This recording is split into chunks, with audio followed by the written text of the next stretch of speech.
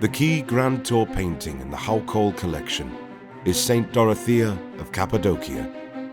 The Emperor Diocletian in 300 AD sentences Saint Dorothea to death for her Christian beliefs.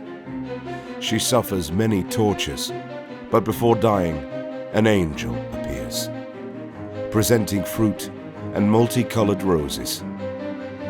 In the dead of a snowy winter, this miracle initiates Saint Dorothea, forever to be referred to as the Bride of Christ.